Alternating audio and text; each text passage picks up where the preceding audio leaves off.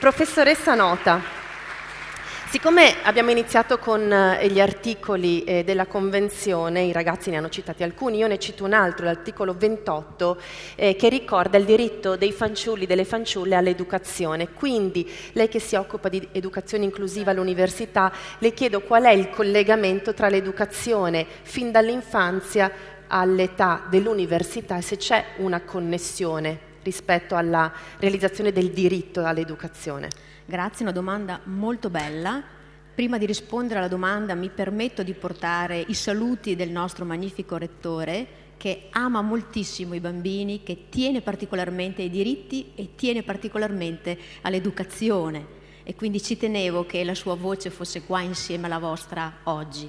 Per quanto riguarda l'educazione mi permetto di dire che questo articolo è fondamentale. Mi rivolgo alle giovani generazioni, direi senza se e senza ma. I diritti necessitano di educazione perché si possano dare gambe alle parole bellissime che avete scritto qua. Avete scritto felicità, solidarietà, innocenza, fiducia, coraggio. Se non studiamo queste cose rimangono lettera morta.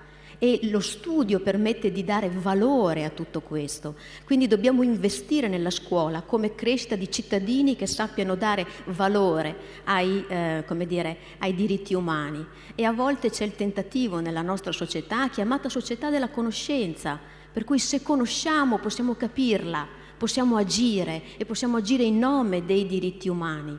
E portare avanti il lavoro che direi in modo molto bello viene portato avanti come cuore pulsante dal professor Marco Mascia, che è il cuore dei diritti umani, il centro dei diritti umani con la professoressa Salviolo, e ringrazio per questo bellissimo lavoro e il coinvolgimento di tutte le istituzioni delle scuole. E quindi sottolineo senza se e senza ma, e teniamo presente che questi diritti li abbiamo combattuti per averli, però non sono divini, vuol dire che non sono cose che rimangono indipendentemente dal nostro operato, ce li possono anche portare via. E senza questi diritti e senza il diritto all'educazione noi non potremo avere una società pacifica, degna dei diritti umani, inclusiva, solidale e attenta al miglioramento dell'intera umanità, senza se e senza ma, anche se costa fatica, ma vi permette di costruire voi stessi e la capacità di stare attenti agli altri, che non sarebbe possibile altrimenti. Ribadisco, senza se e senza ma, e vi aspettiamo in queste aule. Grazie, fra qualche anno vi aspettiamo. Signor Sindaco Sergio Giordani, ogni tanto sento da qualche genitore dire al proprio figlio non fare il bambino, però i bambini non possono fare gli adulti, i bambini devono fare i bambini, però a volte gli adulti possono fare i bambini. E ho visto una foto su Facebook che la ritrae seduto per terra, a gambe incrociate, bello comodo, con i bambini e le bambine della scuola Lombardo Radice a leggere Rodari. Com'è stato mettersi al loro livello? Buongiorno a tutti, io sono un nonno, nonostante l'aspetto giovanile, dite di sì, grazie, io sono un nonno, di conseguenza sono abituato con i miei nipoti a mettermi per terra, il loro livello, giocare assieme a loro. Questa fa parte delle cose belle di fare il sindaco, mi sono divertito veramente con questi ragazzini che non hanno i nostri pregiudizi, le nostre logiche sbagliate. C'erano ragazzini di diverse nazionalità, diversi colori, sono tutti uguali, ma io vedo i miei nipoti, hanno amici di altre nazionalità. Siamo noi che siamo strani, gli adulti siamo strani. Loro non capiscono la differenza quando sono giovani, non capiscono perché ci sono certe cose. E noi abbiamo una responsabilità, io in primis come sindaco, di far sì che devo assolutamente contribuire a questo modo inclusivo di rispetto verso i bambini. Io sono molto orgoglioso di questa città. Quindi siamo una piccola isola felice, una grande isola felice, proprio perché c'è una mentalità diversa, un modo inclusivo, un modo di vedere le cose tranquille e serene, che pensiamo alla nostra comunità. E i bambini sono il nostro futuro. Se vengono allevati nella maniera corretta, istruiti, rispettati, questi sono il nostro futuro e il mondo cambierà proprio perché loro sono diversi da noi. Noi abbiamo dei problemi, loro no, per cui io sono contento Quando frequento i bambini, i miei nipoti, tutti i bambini come l'altro giorno, è una cosa bella, piacevole, perché si respira un'aria diversa. Ha detto una bellissima cosa, ha detto che appunto i bambini non hanno tutti i nostri problemi e non è giusto scaricare le nostre frustrazioni di adulti sui bambini, ma creare per loro uno spazio inclusivo e soprattutto piacevole, perché è anche giusto che i bimbi si divertano e potremmo farlo anche noi un po' di più ogni tanto come adulti e lavorare di meno. Così la dico, che a volte sottraiamo il tempo ai nostri bambini a causa della macchina, della vita che ci porta a macinare anche la nostra vita. Grazie signor Sindaco, grazie professoressa Nota. E continuiamo la nostra chiacchierata insieme a Francesca Benciolini, assessora alla pace, ai diritti umani e alla cooperazione internazionale del Comune di Padova, che con Marco Mascia è sempre l'anima di queste belle feste, Gabriella Salviolo, direttrice del Centro Diritti Umani Antonio Papisca dell'Università di Padova, e Mariella Andreatta, presidente del Comitato Regionale Veneto per l'Unicef. 3 splendide donne a cui inizio a chiedere subito, assessora Benciolini, il Comune ha proprio istituito il suo assessorato con una particolare delega sui diritti umani e la pace. Cosa fa giorno dopo giorno il Comune di Padova, questa piccola grande isola felice, per le bambine, i bambini, le ragazze e i ragazzi? Grazie, buongiorno a tutte e a tutti. Inizio provocando un po' rispetto a quello che ha detto il nostro sindaco.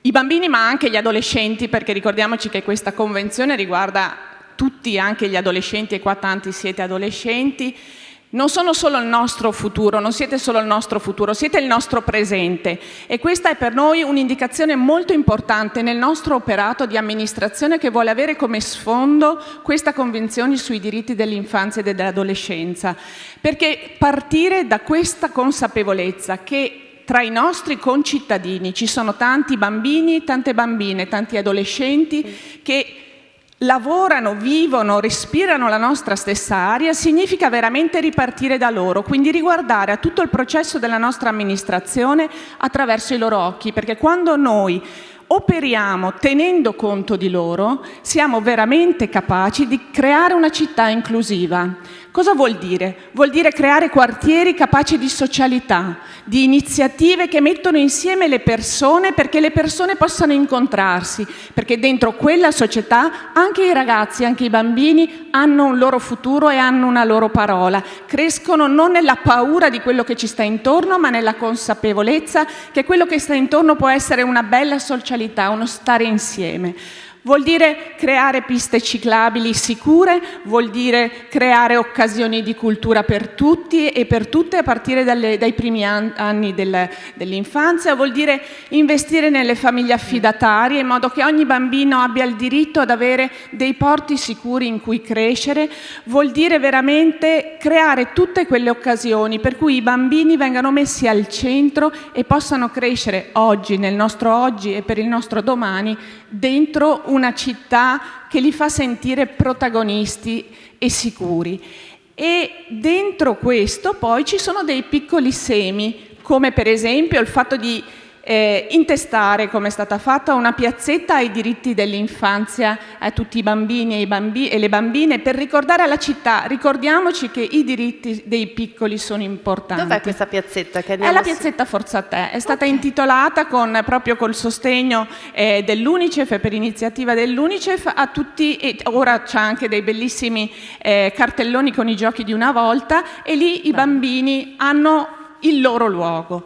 Come anche un'altra occasione è un concorso attraverso cui noi invitiamo ogni anno le scuole, da quelle dell'infanzia fino alle secondarie di primo grado, a darci i loro feedback, le loro idee, i loro progetti di partecipazione attiva sul territorio, perché partire ascoltando i più giovani è sicuramente una chiave di lettura per costruire una città migliore. Sì, anche perché molto spesso una tematica che soprattutto in adolescenza l'educatore in genere affronta è quella di percepire una solitudine del ragazzo o della ragazza, all'interno della quale noi adulti dobbiamo entrare con delicatezza per creare uno spazio di ascolto. Assolutamente. E come diceva lei, di socialità anche tra amici, in famiglia e tra educatore e educato. Sportivi, allenatori. Sì. Quanto importante è fare una politica anche che guardi allo sport come una delle occasioni, alla musica come una delle occasioni. Sono tutte bellissime Facciamo un altro occasioni. applauso alla scuola Cesarotti, che siete stati...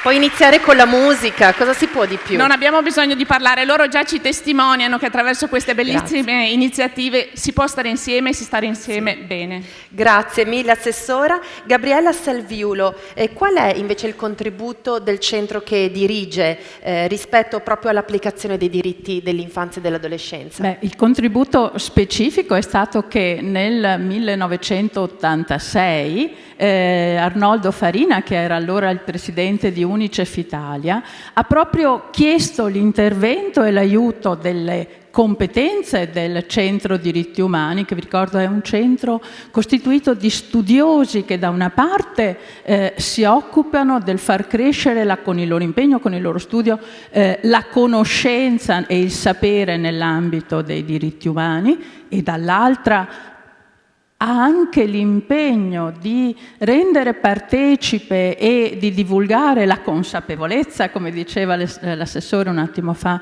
sui diritti umani in generale presso i cittadini, presso tutti noi. E quindi, come dicevo, nel 1986 gli studiosi del centro sono stati chiamati a contribuire alla stesura proprio della convenzione che oggi commemoriamo, e lo hanno fatto scrivendo ben 15 articoli e 7 paragrafi, quindi un contributo molto importante che ha rappresentato proprio il contributo del nostro Paese alla stesura della Convenzione sui diritti dell'adolescenza e dell'infanzia. Complimenti, devo dire quindi, che...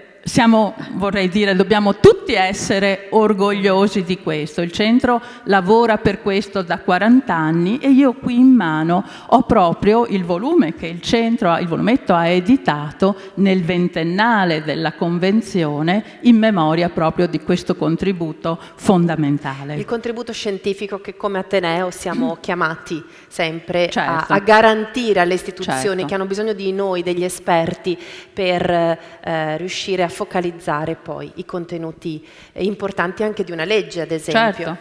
Mariella Andreatta, intanto la ringrazio di essere qui perché doveva essere a Venezia, ma ai noi l'acqua alta. Siamo alluvionati. Siamo alluvionati. Abbiamo l'aula consigliare del Consiglio regionale che dovrebbe ospitarci allagata e non sarà disponibile per un mese. Per cui io ho accolto benissimo l'invito del professor Mascia di unirmi a voi per essere qui in questa giornata. Una giornata che crea commozione per me, perché molti anni fa mi sono laureata in queste aule, ma anche per essere stata vicina al presidente Arnoldo Farina e al professor Papisca. Da allora ne abbiamo fatta di strada. La convenzione è stata approvata ed è stata la convenzione più approvata nel mondo, ma purtroppo la meno applicata. E io volevo darvi alcuni dati proprio sul progressi, su ciò che è stato fatto dall'Unicef in questi 30 anni. Sui progressi dei diritti dei bambini abbiamo abbassato il tasso di mortalità infantile di circa il 60%. Il numero dei bambini in età da scuola primaria che non vanno a scuola è diminuito dal 18 all'8%. I principi guida della Convenzione, la non discriminazione, il superiore interesse dei bambini, il diritto alla vita, alla sopravvivenza e allo sviluppo, il diritto alla protezione, hanno influenzato fortunatamente molte costituzioni, leggi, politiche e pratiche a livello globale. L'impegno dell'Unicef, che molti non conoscono, mi rivolgo soprattutto ai ragazzi, è quello di attuare vari progetti nei paesi in via di sviluppo, ma soprattutto cercare di influenzare i governi, i parlamenti dei vari paesi ad adottare leggi più giuste, più rispettose e più amiche dei bambini e degli adolescenti. Grazie Presidente, poi avremo altre testimonianze proprio di UNICEF e proprio di UNICEF, tra l'altro Padova. Grazie, grazie ancora. E a proposito di fare in modo che i ragazzi siano protagonisti, do di nuovo il benvenuto al Consiglio Comunale dei Ragazzi del Comune di Silea, che sono accompagnati oggi da Angela Trevisin, assessora alla cultura del Comune di Silea, e invito Enea Fava e Sofia Zanchettin, eccoli qua, che avete già conosciuto prima, ma non avete sentito le loro belle voci. E partiamo proprio da Enea. Tu sei consigliere, da quanto tempo sei consigliere, Enea? Ho appena finito il mandato da 2017-2019 ed è stato eletto un nuovo consiglio comunale. Sei contento di aver finito, così ti togli... Sì. Sì? Beata sincerità. Va bene, ma la domanda che dovevo farti era: come nasce il Consiglio Comunale dei Ragazzi? A Silea il Consiglio Comunale dei Ragazzi è una realtà presente circa da 20 anni, infatti nello scorso mese di ottobre abbiamo festeggiato 20 anni dall'istituzione del Consiglio Comunale dei Ragazzi, occasione nella quale è intervenuto proprio il dottor Mascia, e al fine di promuovere delle pratiche di cittadinanza attiva e consapevole e di conoscenza e coscienza dei diritti umani inalienabili per ogni uomo, donna, bambino o bambina, l'amministrazione comunale di Silea e l'istituto comprensivo hanno sempre promosso e sostenuto il progetto Democrazia in Erba, di cui noi ragazzi siamo parte attiva e responsabile, e ci permette di avere dei momenti di riflessione, di condivisione e soprattutto di progettazione e partecipazione ad alcuni eventi e manifestazioni sia sul nostro territorio sia su quello nazionale. Ma ogni tanto litigate in Consiglio Comunale? No. Veramente? Allora siete veramente migliori degli adulti se non litigate mai mai mai. Beh, non abbiamo mai litigato, almeno in questo caso. Bene, guarda che sei davanti a dei giornalisti anche, poi se dici una bugia ti vengono a cercare. Sofia Zanchettini, invece tu ci volevi raccontare che siete stati alla marcia Perugia-Assisi, vero? E cosa ha significato per voi? Perché immagino ci fossero tantissime persone. Sì, ad ottobre 2018 noi ragazzi del Consiglio Comunale di Silea, insieme ad alcune classi della scuola media e della scuola primaria, abbiamo partecipato alla Marcia per la Pace tenutasi ad Assisi. La nostra scuola fa parte della rete Scuole di Pace e la partecipazione alla marcia è stata già una seconda esperienza per noi, dopo quella di altri compagni nel 2016. Ogni volta però è un'emozione nuova, durante la quale abbiamo sempre l'opportunità di conoscere nuove realtà, di dimostrare il senso civico di noi giovani e l'importanza di una partecipazione attiva. Marciare fianco a fianco con ragazzi provenienti da tutto il mondo, condividendo i valori della pace, della solidarietà e della fratellanza, è stato così emozionante che difficilmente potremmo dimenticarlo. Senti, da grande secondo te come ti vedi fra 10 anni? Avrai quanti anni? 23. 23. Secondo te tornerai alla marcia Perugia-Assisi? Allora, secondo me di sicuro sì, se non magari anche tra più di 10 anni con la mia famiglia, per appunto insegnare ai miei figli il valore della pace e dell'uguaglianza. T'ha convinto questa marcia? Sì. Sì, bene.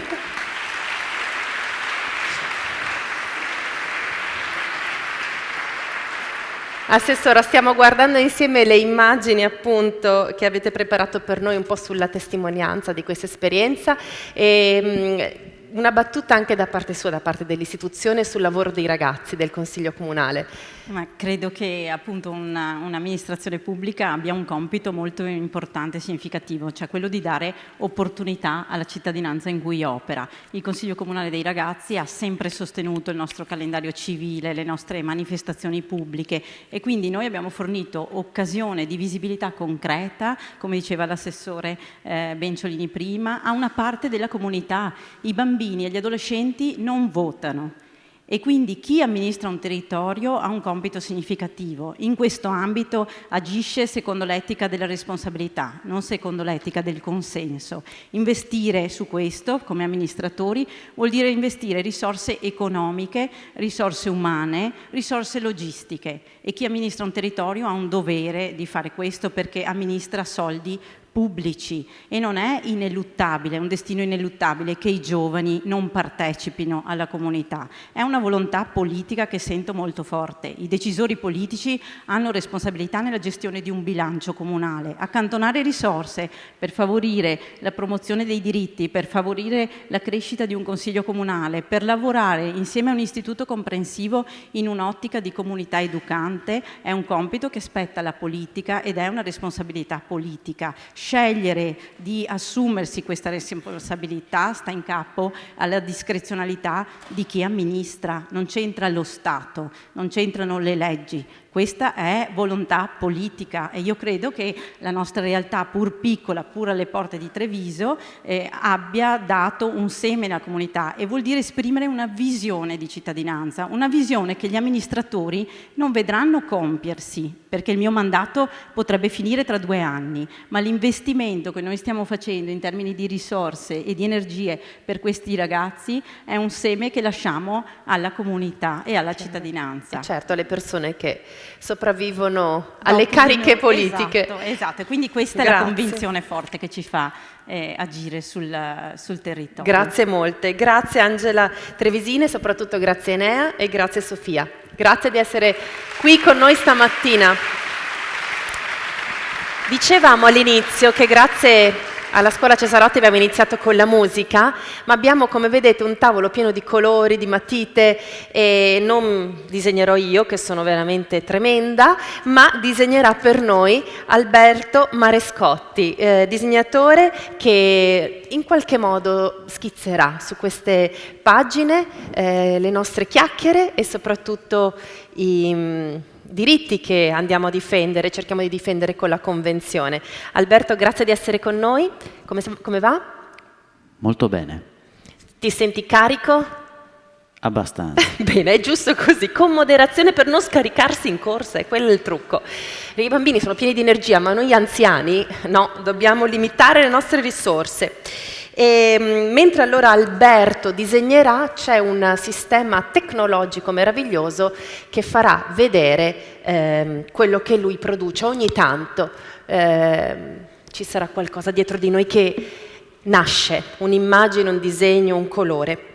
E parlavamo prima con la presidente Andreatta dell'Unicef e quindi chiamo sul palco il rappresentante di Unicef di Padova, il presidente del comitato, che è Paolo Merlo, insieme a Federica Mandro, volontaria di Unicef, e ad altre 2 ospiti di oggi, la volontaria Agnese Montirosso, volontaria del servizio civile Unicef e volontaria Unicef, e anche Eni Ogia. Allora, Paolo, buongiorno, ben arrivato. La Presidente l'ha citata prima come Unicef, sì. Ha detto in generale, ma noi siamo presenti anche su Padova. Quindi sul territorio cosa facciamo? Allora, su Padova abbiamo fatto moltissime iniziative. Qual è il faro però dell'Unicef? È quello dell'advocacy e della raccolta fondi. Sull'advocacy, che indica la promozione culturale nel territorio, e abbiamo organizzato quindi momenti ovviamente formativi per gli insegnanti. Abbiamo fatto anche questa piazzetta che faceva riferimento l'assessore per promuovere il diritto al gioco. Quindi il diritto al gioco è uno dei diritti fondamentali e promuovere queste piazzette dei diritti dei bambini nel territorio è fondamentale. Poi un'altra cosa, noi abbiamo fatto una ricerca sul territorio e abbiamo visto che 36 sono le amministrazioni comunali che hanno fatto il consiglio comunale dei ragazzi. Io credo che promuovere questo tipo di azione politica, come diceva l'assessore prima, nel territorio è fondamentale. Quindi il consiglio comunale dei ragazzi è anche in riferimento all'articolo 12, quella della partecipazione. Ultima battuta, io stamattina, come tutti voi, hanno acceso la TV E ho sentito che oggi ovviamente anche la TV richiama fortemente la Convenzione internazionale dei diritti dell'infanzia, ma la questione è che dobbiamo guardare il futuro, nel senso che non sia solo un rito, che non sia solo oggi, perché la Convenzione internazionale dei diritti dell'infanzia deve avere le proprie gambe ogni giorno dell'anno. Ecco, questo è fondamentale, altrimenti è solo una ripetizione. Poi, ultima cosa, nel nostro ufficio noi abbiamo fatto, e poi chiudo, il servizio civile, che è anche un elemento fondamentale. La studentessa è una ragazza del servizio civile, facciamo quindi azioni promozionali di advocacy attraverso la partecipazione ovviamente dei giovani, e i giovani sono presenti, e questa è la testimonianza. Grazie Paolo Merlo. A proposito di giovani e bambini, quindi in piazzetta, giochi in piazzetta, come reagiscono i bimbi e le bimbe a questa attività che avete preparato? I bambini lo hanno accolto in modo molto positivo. Loro vengono, trovano a loro disposizione diversi giochi, diverse possibilità per esprimersi ed è un modo che fa l'UNICEF di Padova per tutelare nella nostra città l'articolo 31 della Costituzione dei diritti dell'infanzia e dell'adolescenza, che esprime appunto la possibilità dei bambini a partecipare a una vita culturale, artistica, e quindi potersi esprimere, poter stare insieme agli altri, confrontarsi con gli altri in quello che loro riescono a fare meglio, cioè giocare. C'è un gioco preferito che tu osservi tra di loro? A loro piace molto i giochi concreti, a loro piacciono molto i giochi concreti, quando c'è da sperimentare, quando c'è da poter toccare con mano qualcosa, loro si mettono letteralmente in gioco e cercano di fare del loro meglio. Si scatenano. Sì, assolutamente. Bene, grazie Federica. Agnese Montirosso, sei volontaria, servizio civile UNICEF, quindi che cos'è di diverso da Federica? Cioè, qual è la tua specificità di volontaria servizio civile?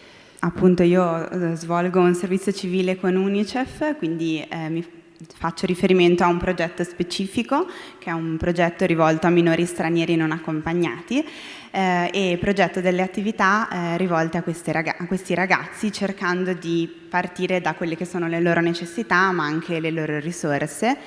E, la cosa fondamentale per far sì che questi ragazzi possano realmente integrarsi anche a livello lavorativo nella nostra città è l'apprendimento della lingua italiana, e quindi organizziamo un laboratorio di italiano.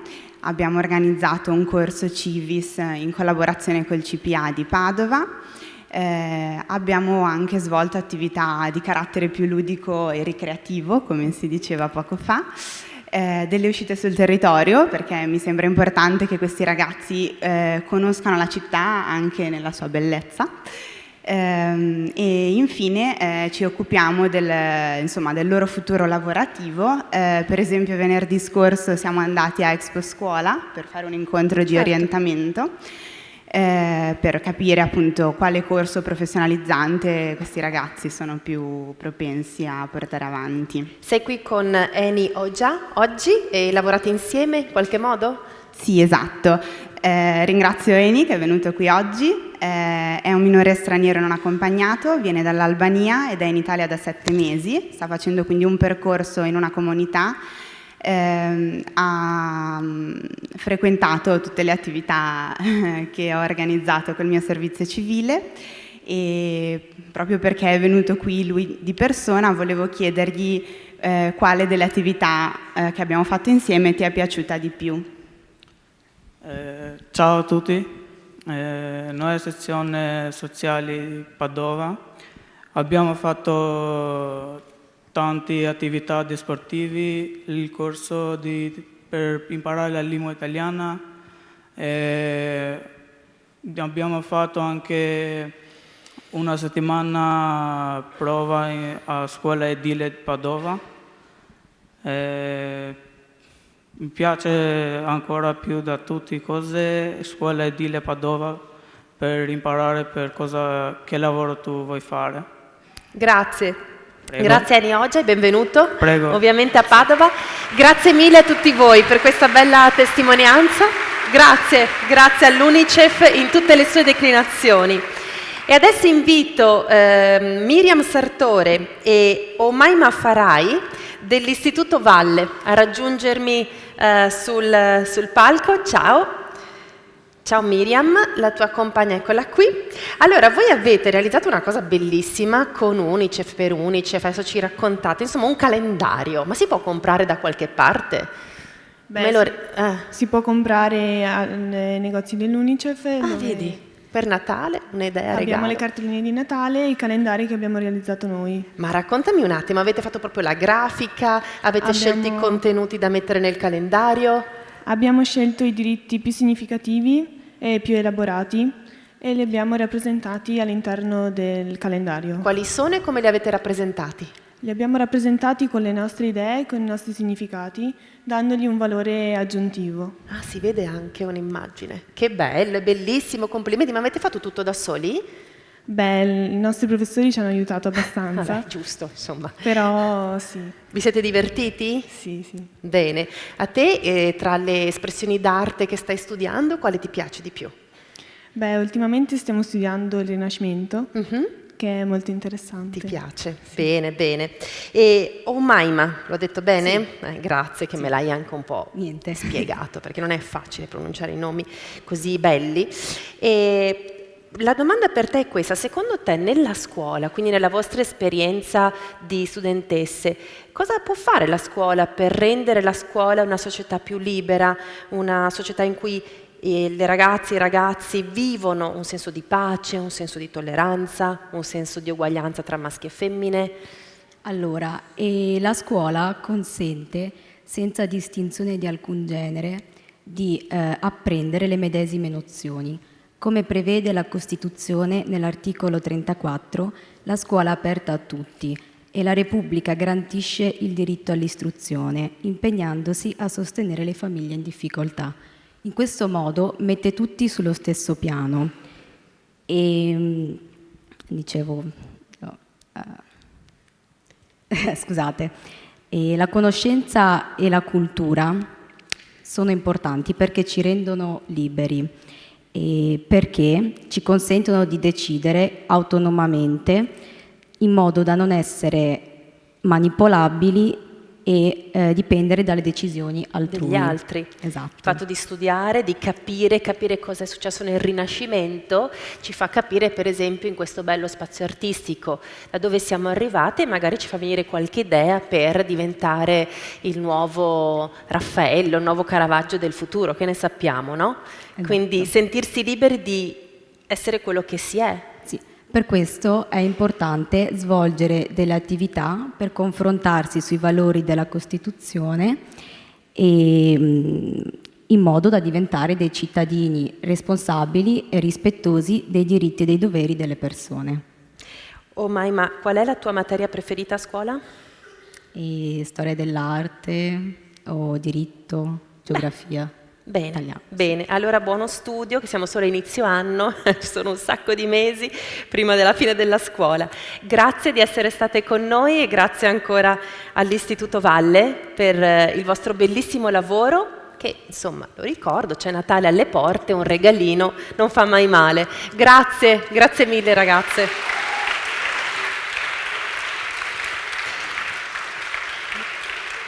Ed ora ci spostiamo un po' lontano, andiamo in Palestina con Roberto Brancolini, fotografo anche della giornata, che invito sul palco, e fino in Uganda con la memoria quantomeno, insieme a John Onama, che invito a raggiungerci. Roberto, tu hai fatto un'esperienza tra l'altro di recente in Palestina, adesso ce la racconti, ma prima volevo collegare la tua esperienza con l'articolo 2 della Convenzione che impegna gli Stati parte ad assicurare alle persone che non hanno raggiunto i 18 anni di età a non essere coercitivamente arruolate nelle forze armate. Qual è stata la tua esperienza in Palestina? Beh, in Palestina diciamo che non c'è questo, i ragazzi palestinesi subiscono, diciamo, subiscono la situazione che viene vissuta da tutti i palestinesi e come loro vengono arrestati dall'esercito israeliano, e ogni anno, secondo le ONG sia palestinesi che israeliane, 800 minori finiscono in carcere per periodi più o meno lunghi, che possono variare da alcuni giorni ad alcuni anni, e di questi, diciamo, di questi 800-600 che possono essere, diciamo, il 25% sono minori di 14 anni. E insieme a questi pure anche le ragazze vengono arrestate, sempre in queste situazioni, che avviene generalmente di notte, quindi quando l'esercito israeliano fa incursioni all'interno delle case in maniera violenta e porta via forzatamente i ragazzi per arrestarli. Da qui vengono portati in un insediamento, interrogati, senza avvocato, senza prove, senza tutele, e perché questo consente a chi fa l'interrogatorio di fare pressioni anche fisiche, no? Non solo minacce, ma anche I violenti. tuoi scatti li hai realizzati in che momento di questo racconto? Io ovviamente li ho realizzati dopo, quando ho cercato ragazzi che abbiano vissuto questa esperienza tramite ONG sia israeliane che palestinesi. Quindi ragazzi liberati. Che hanno passato, diciamo, alcuni mesi, un paio di ragazzi anche un paio di anni, all'età di 14 anni, e niente, quindi ho perso il filo.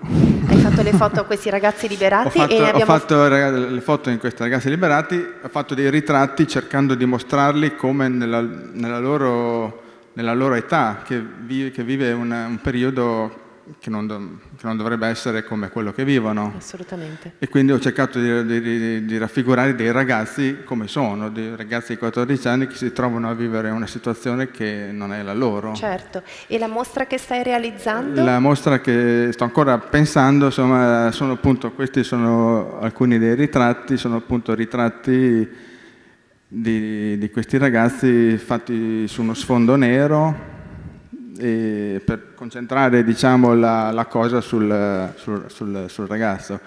Qui si vede in entrambe le situazioni il momento violento in cui i ragazzi sono stati arrestati e portati via, ecco. Grazie. Tutto questo in spregio, diciamo, a qualsiasi diritto, mi pare che oggi stiamo cercando di ricordare. Certo.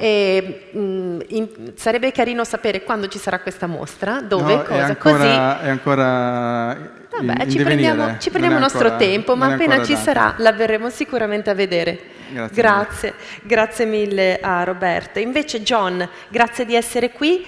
La tua esperienza è accomunata in qualche modo all'esperienza dei ragazzi che abbiamo visto in fotografia, ed è un'esperienza di cui tu fai memoria, che ricordi e che credo d'aver capito tu vuoi raccontare a bambine, bambini, ragazzi e ragazze. Ci racconti in 2 minuti questa cosa che ti riguarda? Sì, avevo 14 anni quando sono stato trascinato nei conflitti, un conflitto civile nel mio paese d'origine, l'Uganda. Non c'era ancora la Convenzione sui diritti dell'infanzia e dell'adolescenza, ma si sapeva bene cosa faceva la guerra. Siamo finiti in quella situazione perché abbiamo perso la protezione della famiglia. La mia era in Sudan, perché prima eravamo scappati nei campi profughi del Sudan. Poi durante i combattimenti ho perso anche contatto con la famiglia che mi aveva in custodia, e con questo siamo rimasti separati e ci hanno praticamente sotto minaccia di morte chiesto di aderire all'esercito nazionale, quindi governativo, per fare pattugliamenti, perché avevano bisogno di guide, di persone che conoscevano il territorio. Che conoscevano il territorio. E per quanto tempo sei rimasto obbligatoriamente un militare bambino, un soldato bambino dell'esercito? Inizialmente abbiamo fatto 1 mese e mezzo di operazione e poi dopo una breve pausa ho fatto altri 6 mesi. E poi come sei riuscito a... Ho chiesto di andare se potessi tornare a scuola. Ecco, tipo. Quindi anche se non c'era la convenzione, qualcuno ha ascoltato, ho esercitato nel mio piccolo il mio diritto, no, almeno di fare le domande, e per mia fortuna c'era qualcuno che mi ha ascoltato e ha secondato il mio desiderio di tornare a fare il bambino. Così sono tornato a scuola e la scuola mi ha salvato praticamente, ho ricostruito tutta la mia vita. Bene, grazie. E grazie anche per il fatto che vivere o testimoniare queste esperienze che sono molto lontane da un'esperienza italiana, perché in Italia per fortuna non c'è la guerra, e rielaborarle e riuscire a raccontarle so che è uno sforzo enorme, umano, però per noi è una grande ricchezza. Grazie a entrambi, grazie molte. Invito Andrea Saltarello a raggiungermi. Andrea ha creato questa associazione Nuova Famiglia nel 1994 è nata questa associazione, che è un'associazione di volontariato laica e pluralista, come è scritto nel vostro statuto, che mette al centro proprio il diritto per i bambini. E ti lascio il potere della voce, perché vedo che sei preparato. Guardo per non perdere il filo. Vai, io la scena è tua. Sono volontario dell'associazione da 2 anni, che appunto è stata creata nel 94, e l'associazione opera nelle adozioni a distanza in 4 paesi: Etiopia, Guinea-Bissau, Brasile e Tanzania. Però in Etiopia abbiamo il 75% dei nostri bambini, e in totale tutta l'associazione copre 800 bambini. Allora, prima di spiegare i vari progetti, voglio dire che siamo tutti volontari, quindi chi partecipa all'associazione lo fa soltanto perché ci tiene di raggiungere uno scopo insieme ad altre persone gratuitamente. I progetti di cui ci siamo occupati, prima di arrivare all'adozione a distanza, sono per esempio la costruzione di cliniche, quindi anche dispensari medici, ambulatori, ne abbiamo costruite 3. Poi ci siamo occupati anche di costruire case e pozzi. Però il concetto attorno al quale ruota tutta la nostra associazione è appunto l'istruzione, donare l'istruzione a un bambino, e questo sia grazie alle adozioni a distanza. E non è semplice, perché intanto già convincere la famiglia del bambino a portarlo a scuola è molto difficile, perché un bambino in più a scuola è forza lavoro in meno in famiglia. E istruzione non significa solo dare una penna e un quaderno a un bambino, ma anche sostenere le 4 mura e il tetto sotto il quale lui studia. Certo. Ci sono posti dove non ci sono scuole, ai bambini tocca fare diversi chilometri per raggiungere la scuola più vicina. Ecco, sì. Senti Andrea, ti chiedo una cosa un po' personale. Perché tu fai volontariato in questa associazione? Ok, io faccio volontariato in questa associazione perché volevo trovare un modo per occupare il mio tempo, per fare qualcosa per il prossimo, però mi sono accorto che non sto occupando il tempo, ma il tempo che sto utilizzando per questi bambini non è tempo sprecato, anzi mi sembra di avere più ore durante la giornata, perché sono più carico, se si può dire, certo, nell'aiutare. Senti, ma so che non si dovrebbe dire, ma hai preferenza per un bimbo o una bimba? Purtroppo, io mi occupo un po' di gestire il software delle adozioni, quindi vedo un sacco di foto di bambini e quindi non ho preferenza perché sono talmente tanti, però se andassi giù in Etiopia mi piacerebbe un sacco, perché non sono mai stato giù in Etiopia, mi piacerebbe un sacco conoscere i vari bambini che sto aiutando indirettamente qui dall'Italia. Okay. E ci tengo, magari l'anno prossimo sto lavorando per mettere da parte un po' i soldi e poi... Bravo Andrea, grazie mille, complimenti per il bellissimo progetto. E visto che abbiamo iniziato con la musica, continuiamo con la musica e così alleggeriamo anche questa giornata che non è pesante, ma è densa. È densa e so che lo sapete molto più voi di me perché tutti i giorni vi attivate per la realizzazione dei diritti dell'infanzia e dell'adolescenza. Lasciamo il palco alla nostra cantautrice e cantantessa Erika Boschiero. Grazie Erika. Grazie a te. Grazie. La prima storia che vi racconto è la storia di Marafta, una storia vera purtroppo, come ce ne sono tante. Una ragazza di 17 anni del Chad, quindi uno dei paesi più poveri del mondo, data in sposa da suo padre a un uomo che lei non aveva mai conosciuto della capitale.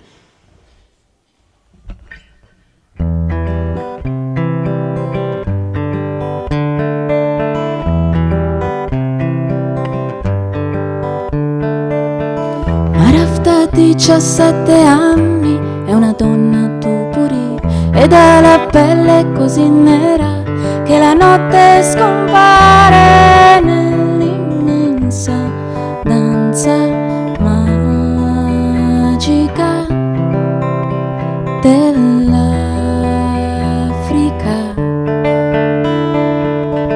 Marafta, gli occhi grandi e neri racchiudono sogni, racchiudono misteri, segreti nascosti nell'immensa luce magica dell'Africa. Marafta va lontano, Marafta piange piano e nella polvere alza la mano. Marafta e i suoi tesori, Marafta e i suoi colori. Marafta lascia il deserto per andare in città.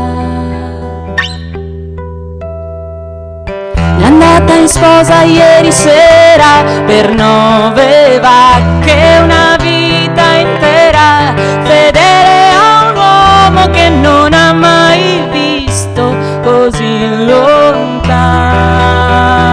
Va, Marafta va. Marafta lascia il suo deserto, Marafta lascia ciò che ancora non ha scoperto, Marafta lascia la sua gente così magica dell'Africa.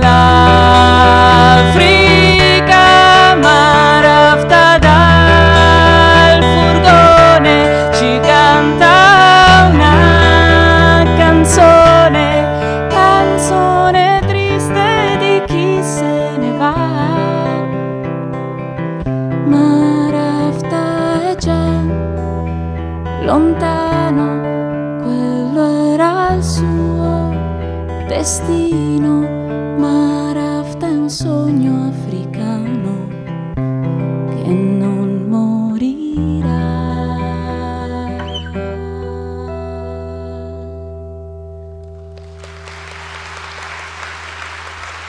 Grazie.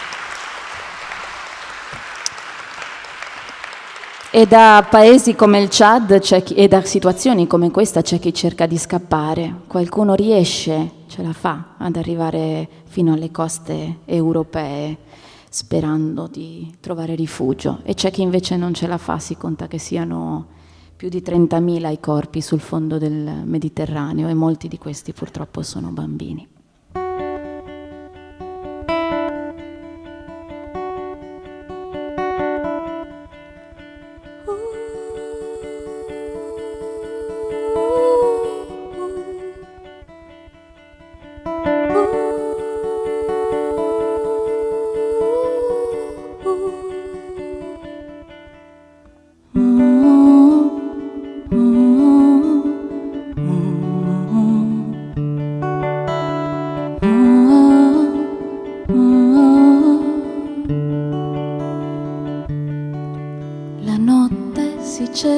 senso tra le stelle, perché è sempre troppo forte la nostalgia.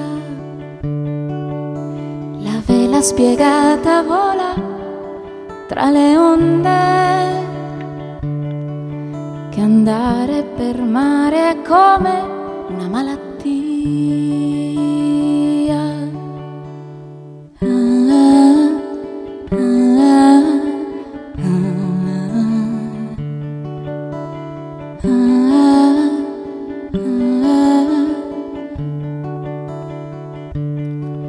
Gli scogli la notte parlano con le stelle, la sanno a memoria tutta la geologia. Insieme stanno a sentire dalle onde la lista di tutti i nomi portati via. L'acqua non dimentica e non dimenticherà tutti i figli persi in fondo al mare.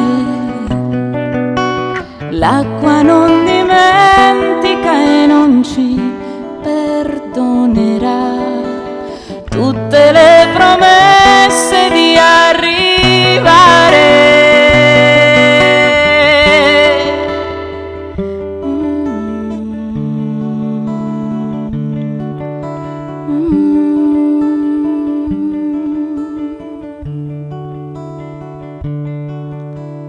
Sul fondo del mare gli occhi stanno aperti, conservano ancora tutta la frenesia, e tra le conchiglie brillano i ricordi. Tra i pesci resta danzare una fotografia. L'acqua non dimentica e non dimenticherà tutti i figli persi in fondo al mare. L'acqua non dimentica e non ci perdonerà tutte le promesse di arrivare.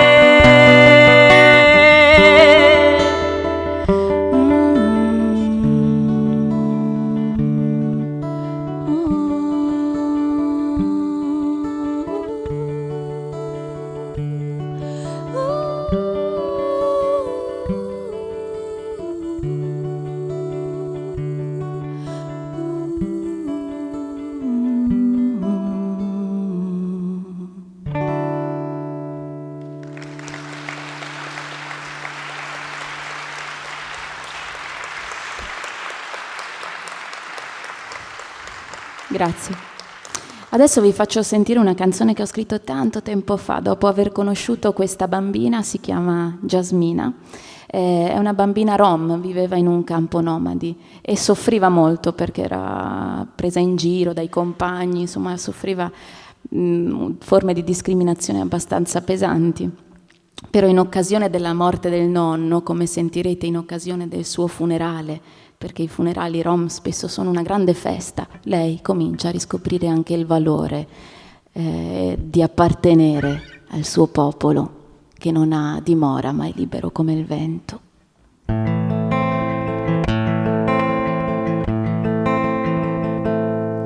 Zingara, mi chiami zingara, ma d'altra parte tu, Gagè, resti legato alla tua terra, non sai volare come me.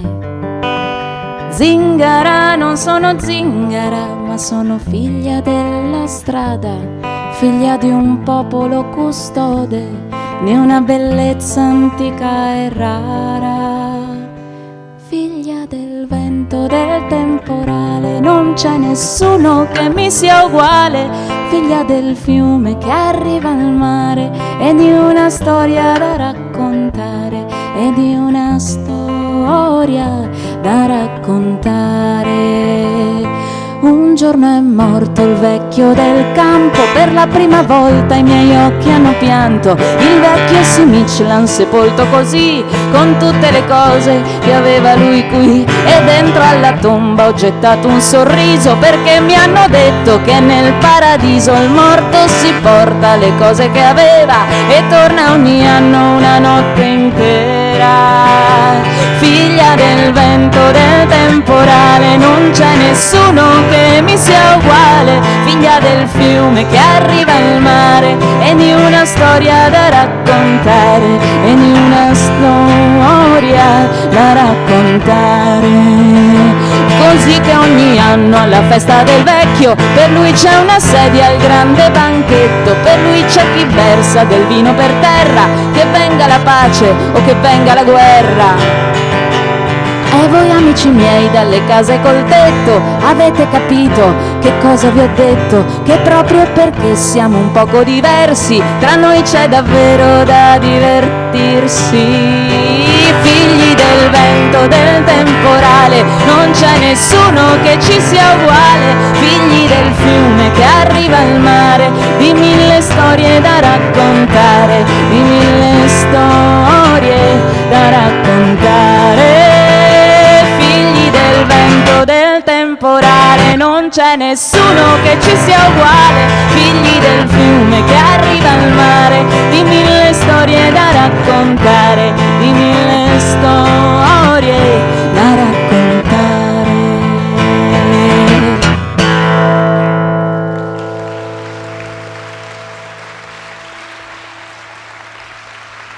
Grazie.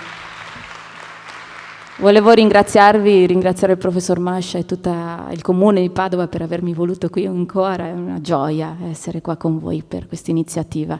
E vi saluto con l'ultima canzone, che è una canzone d'amore che un albero dedica a un essere umano. È una canzone ecologica e se i ragazzi, i bambini ci stanno insegnando diverse cose, fra queste c'è anche l'importanza di prenderci cura del mondo che ci ospita. È una canzone che alcuni di voi già conoscono e comunque è molto facile, quindi anche chi non la conosce può impararla molto velocemente, per cui se poi nel ritornello vogliamo cantarla insieme per darci un po' di vita prima di continuare con la seconda parte della mattinata, insomma, sarai felice, è bello.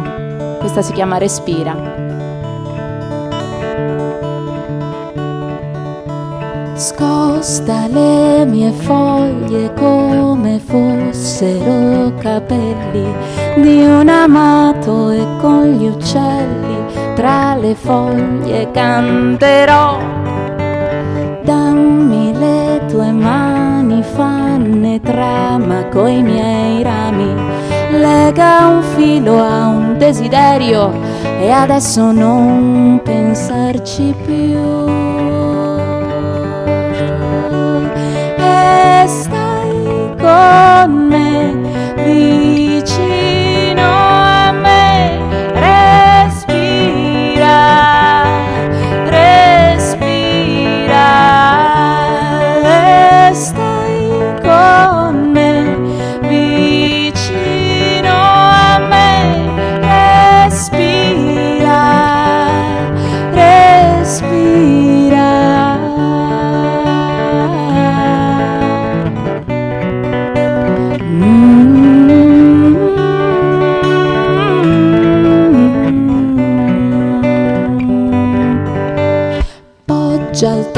Al tronco, non temere la tempesta della notte, sono forte, fatti tana dentro me. Il tuo sangue è linfa, la mia linfa, le tue vene. Siamo soli, non conviene star lontani come sei.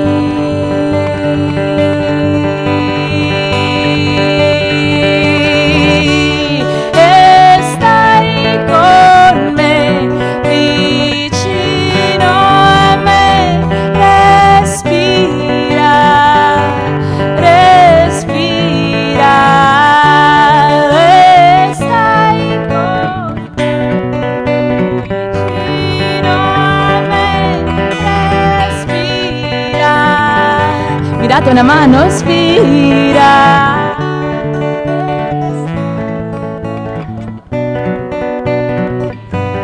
No, più forte che non vi si sente. Respira, respira. Più forte, possiamo fare di meglio. Vicino a me, respira. Pieni polmoni, respira.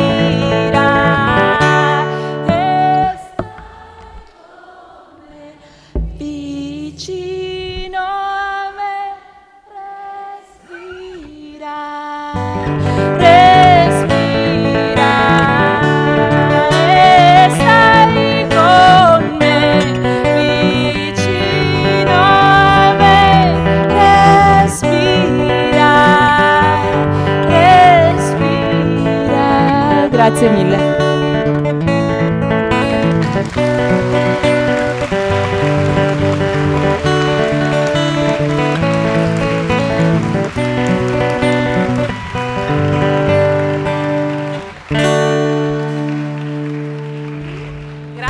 Grazie Erika Boschiero, un grande applauso ancora alla musica di Erika e alla sua foto da bambina.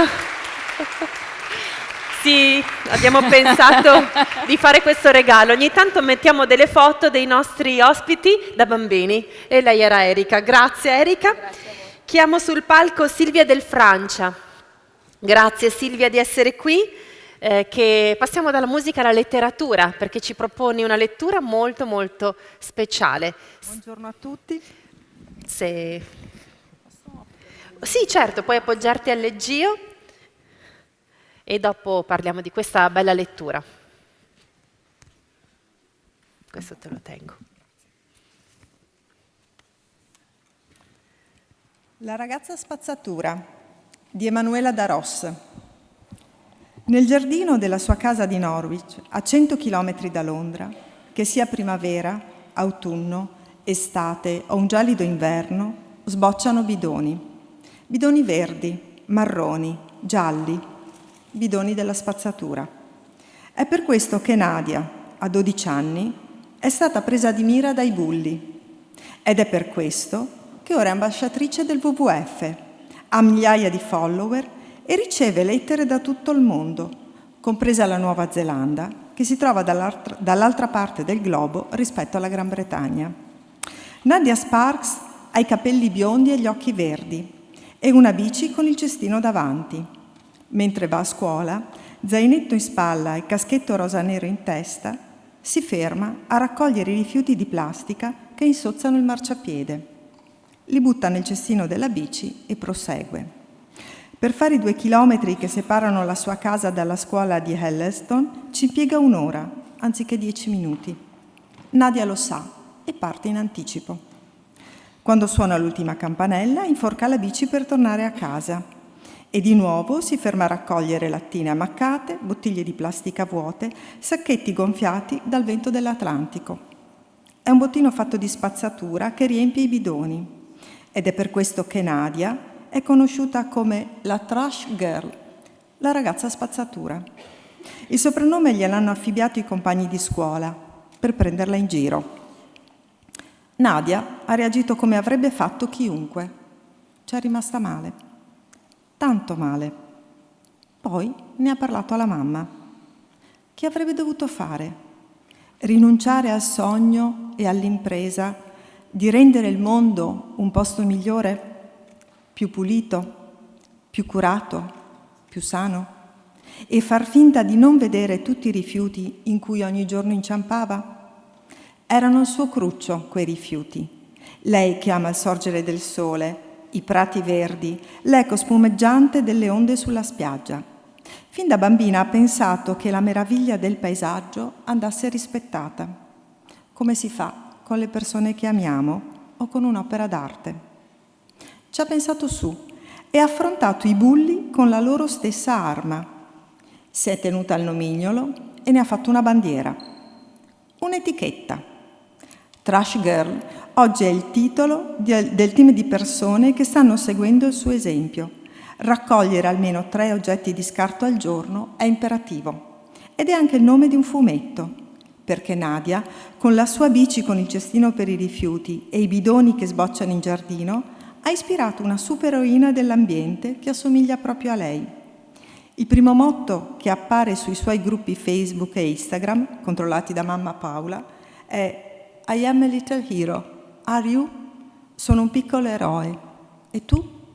E il secondo è tutti insieme salviamo l'ambiente.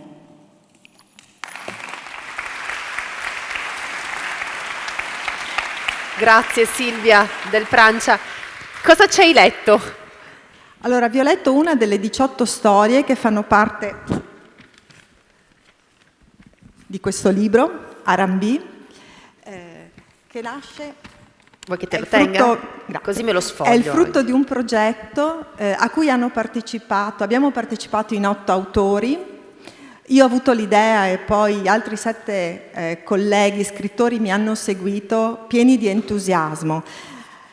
Questo è un momento critico per il nostro pianeta. Noi sappiamo che il nostro pianeta è in pericolo. Tutti i giorni le notizie ci raccontano questo. E allora di fronte al pericolo si può reagire in tanti modi. Si può far finta che non ci sia e quindi scappare. Si può pensare che se il pericolo è tanto grave, così come viene annunciato spesso e ripetuto altrettanto spesso, non ci sia più niente da fare e quindi è inutile intraprendere qualsiasi azione, perché tanto ormai è finita, oppure si può fare quello che ha fatto Nadia Sparks.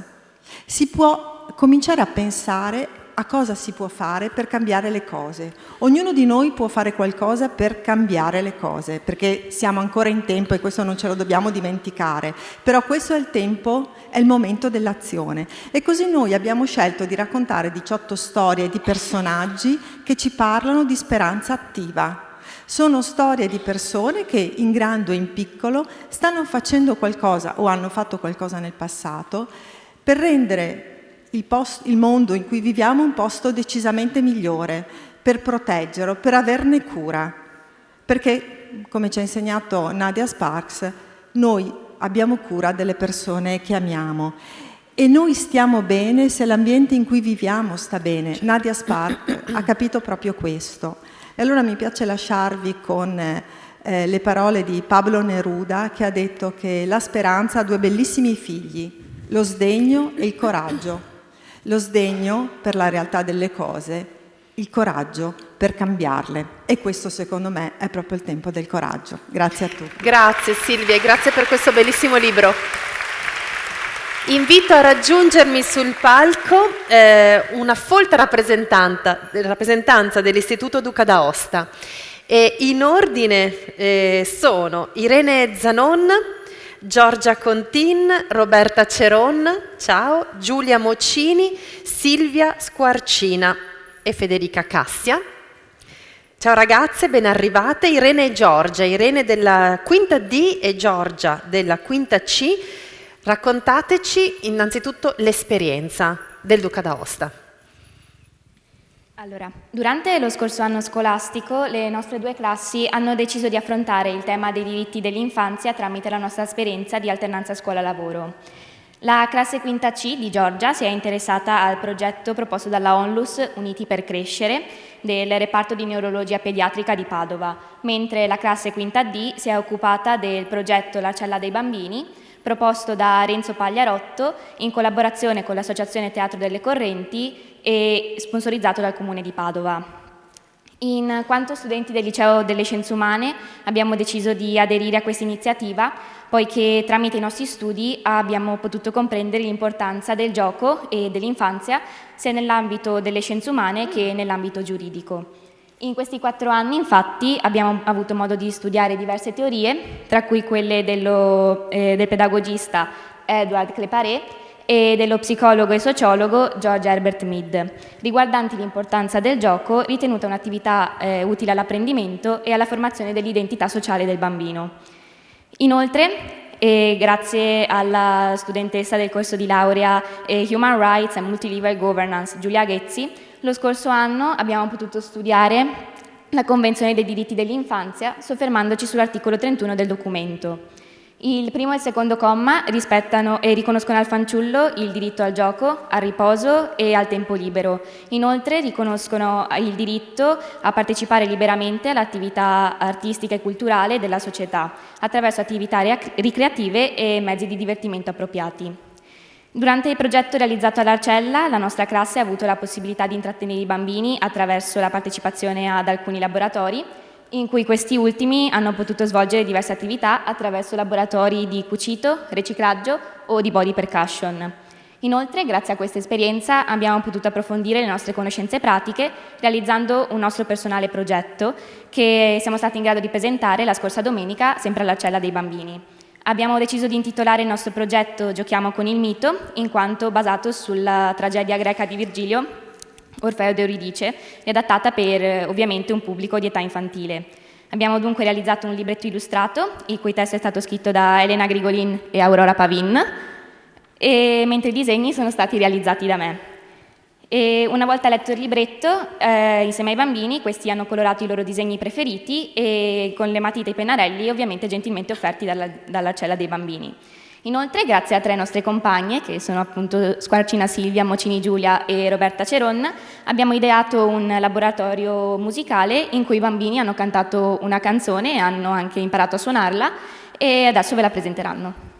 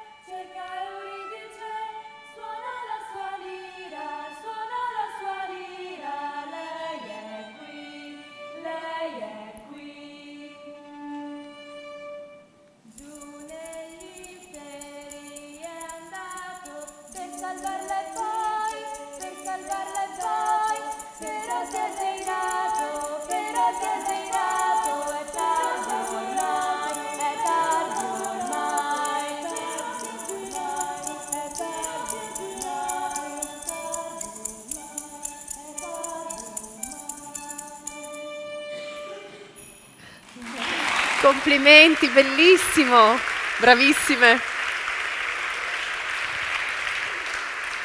Complimenti ragazze. Giorgia, tu sei della quinta C, giusto? Sempre dell'Istituto Duca d'Aosta. Cosa ci racconti? Parlo a nome della mia classe. Vai, avvicina. Parlo a nome della mia classe e inizierei subito con l'articolo 24 della Convenzione, che recita: gli Stati parti riconoscono il diritto del minore di godere del miglior stato di salute possibile e di beneficiare di servizi medici e di riabilitazione. Essi si sforzano di garantire che nessun minore sia privato del diritto di avere accesso a tali servizi. Io e i miei compagni, dopo aver riflettuto sull'articolo 24 della Convenzione e dopo aver ricevuto una formazione specifica dai dottori e dagli psicologi di Uniti per Crescere della neurologia pediatrica, abbiamo lavorato per il diritto alla salute e il diritto all'inclusione. Per il diritto alla salute attraverso il progetto Accoglienza in ambulatorio e il progetto Raccolta fondi. Per il progetto Accoglienza in ambulatorio, in particolare, abbiamo intrattenuto i piccoli pazienti e i loro fratelli con attività di vario tipo, a seconda della loro età, perché fosse meno difficile a loro e anche ai loro genitori affrontare la visita medica. Per il progetto Raccolta fondi, invece, l'anno scorso alcuni miei compagni hanno aiutato i volontari dell'associazione Uniti per Crescere in occasione del concerto di Cheryl Porter al Teatro Verdi. Abbiamo lavorato per il diritto all'inclusione attraverso la collana libri Uniti per Crescere e il concorso Premio Letterario Nazionale. A questo concorso, intitolato, come vedete, Diversamente uguali, la disabilità vista con gli occhi di bambini e ragazzi, ha partecipato tutta la mia classe, scrivendo dei testi su temi della disabilità e dell'inclusione. Abbiamo poi partecipato al progetto Collana Uniti per Crescere, il cui autore è Luigi Dalcin, Il suo libro, intitolato Afferra la cima, è dedicato appunto all'epilessia, è diventato poi uno spettacolo teatrale che è stato rappresentato in occasione del convegno dedicato appunto all'epilessia a dei bambini della scuola primaria.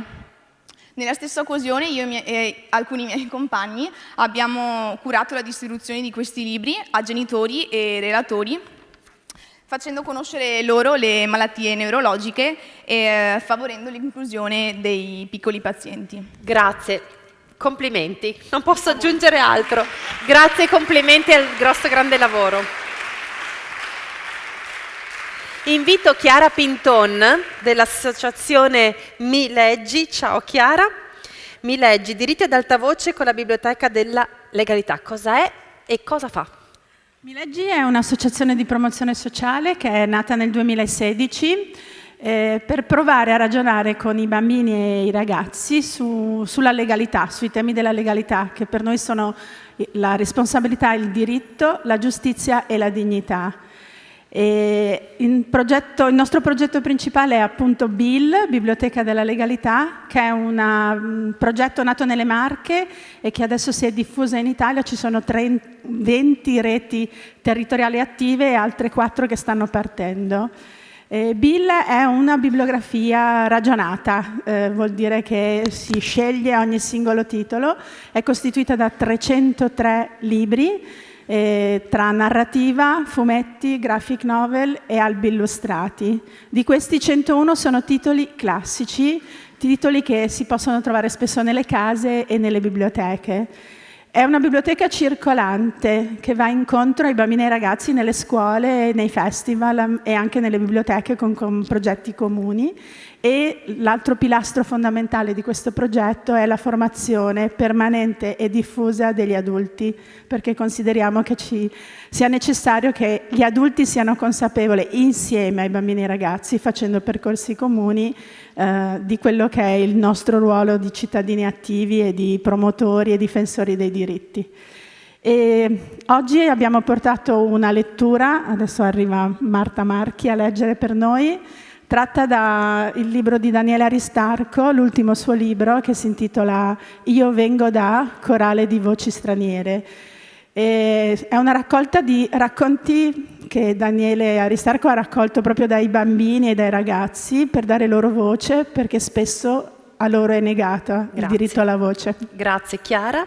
La parola alla lettura. Io vengo dal silenzio.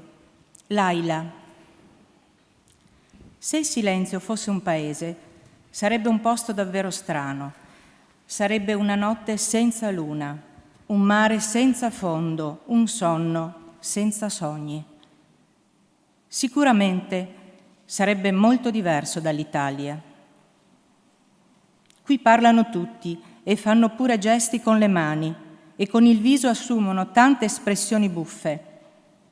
Io vengo da 2 anni di silenzio. Adesso però parlo, e come? Tanti medici, tanti psicologi hanno provato a capire cosa stava succedendo al mio corpo, alla mia mente. Mi hanno posto domande. Non ho risposto.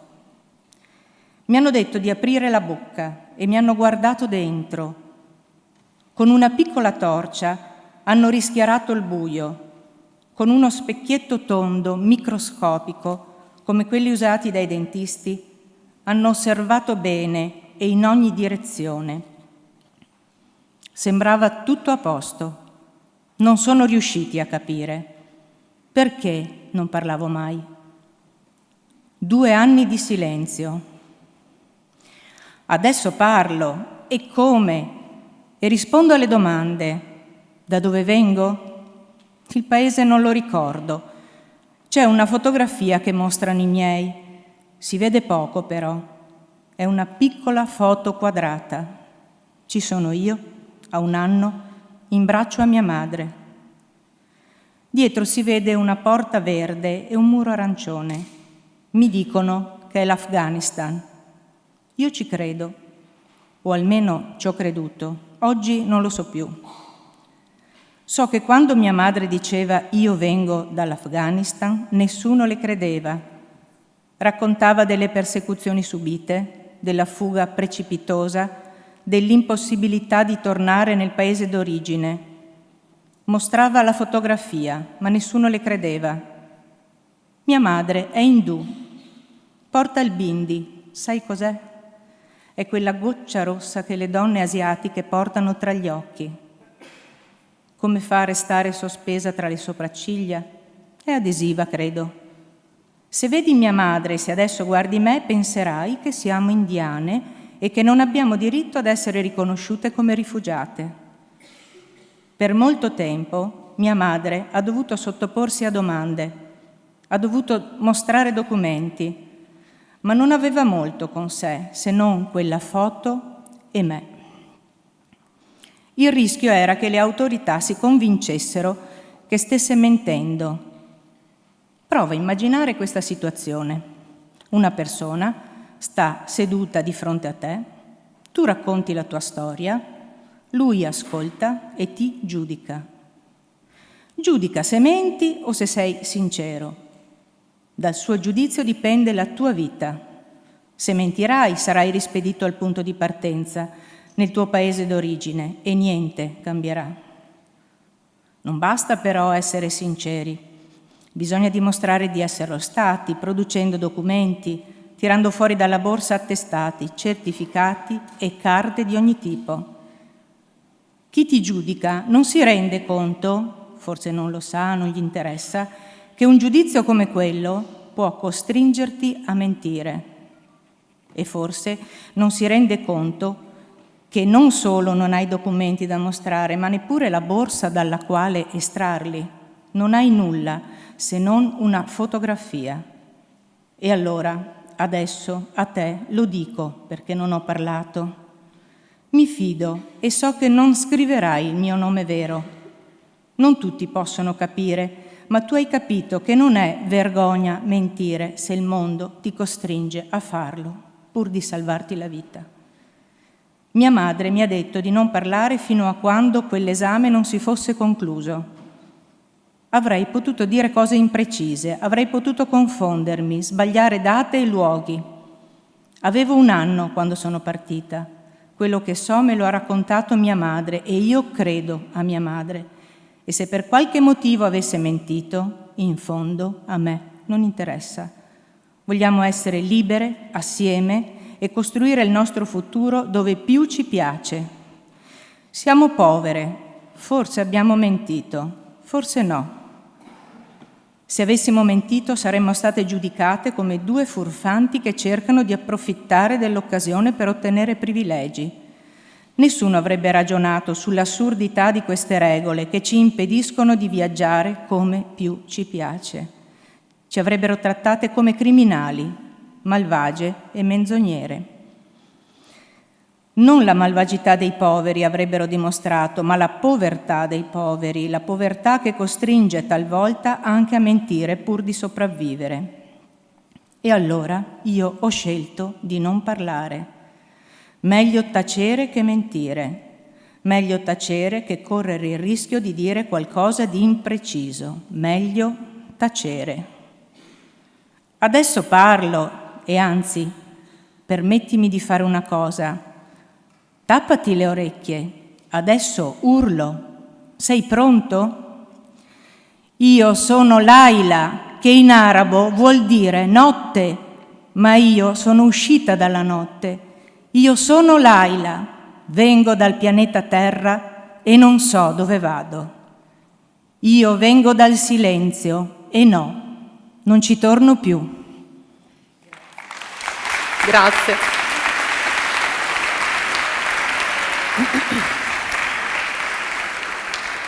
Ed ora invito a raggiungermi sul palco uno studente dell'Università degli Studi di Padova in Scienze Politiche, Relazioni Internazionali e Diritti Umani. Si chiama Sebastiano Pistore ed è accompagnato da un altro studente e amico, Pietro Tagliavini, e dalla mamma Annalisa Bellan. Sebastiano è autore di un libro, a proposito di letture di libri, Il coraggio della fragilità, e quindi in qualche modo ce lo presentano. Pietro. Ah, vai pure a leggere, certo. dire qualcosa. Prego, prego.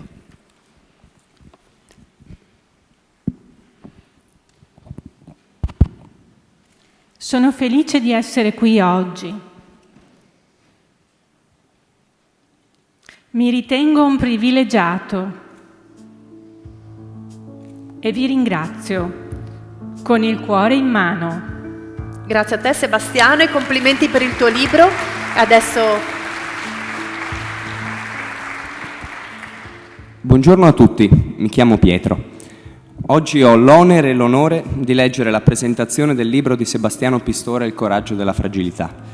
Tale presentazione è stata scritta dal professor Giulio Zennaro, che purtroppo oggi ha un impegno inderogabile e di conseguenza non è presente, in occasione del meeting del PES svoltosi il 2 settembre 2019 a Neumarkt, in Austria. PES è l'acronimo per Parlamento Europeo degli Studenti.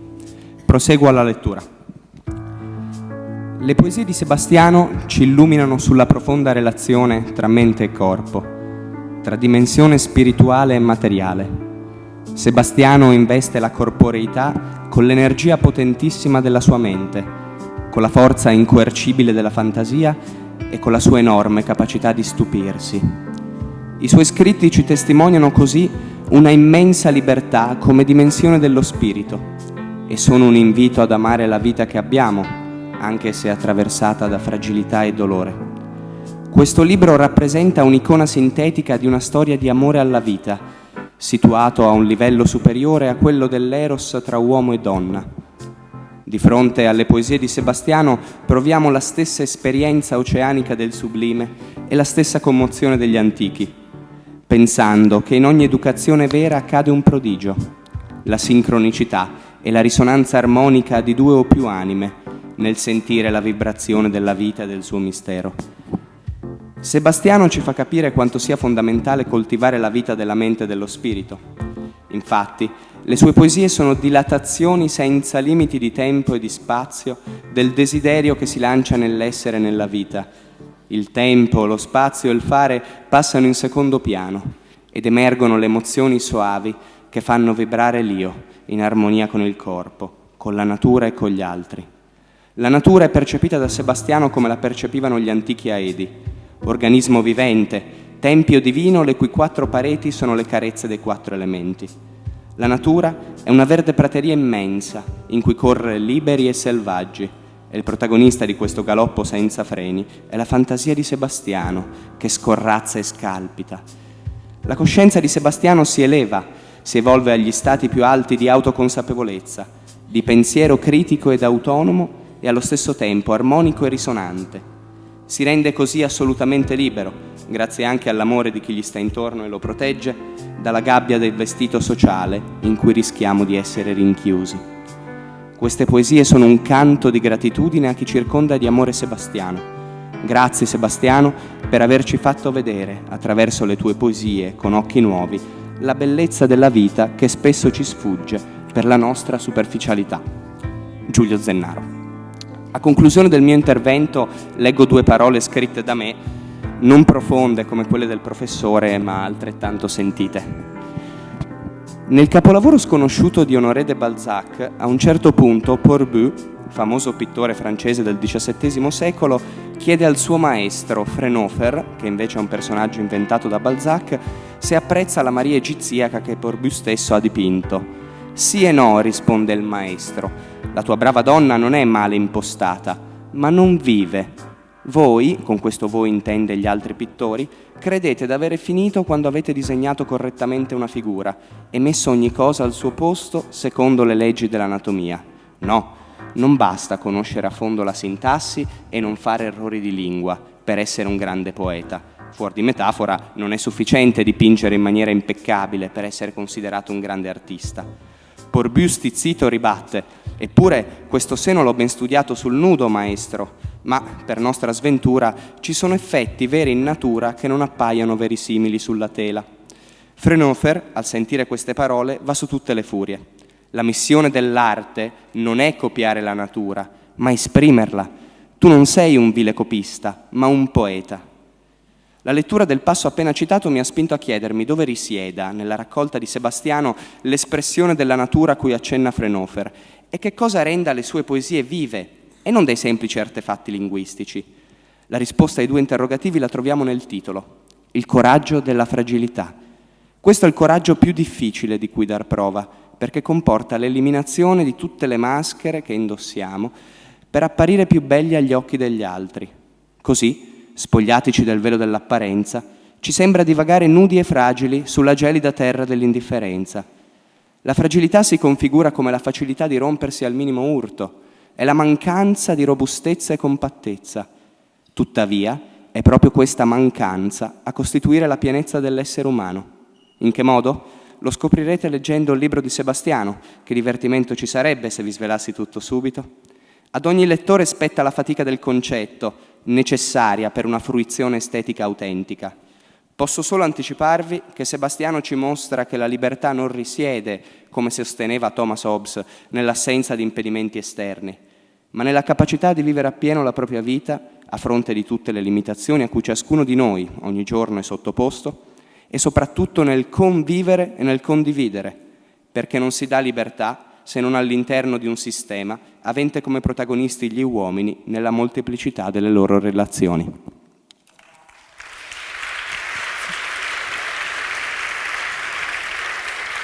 Grazie ancora a Sebastiano Pistore, in bocca al lupo per il suo libro, a Annalisa Bellan e a Pietro Tagliavini e al professore Giulio Zennaro. Grazie. E lasciamo ancora il palco agli studenti della scuola media Cesarotti, condotti dalla professoressa Michela Lazzarin, per un breve intermezzo musicale.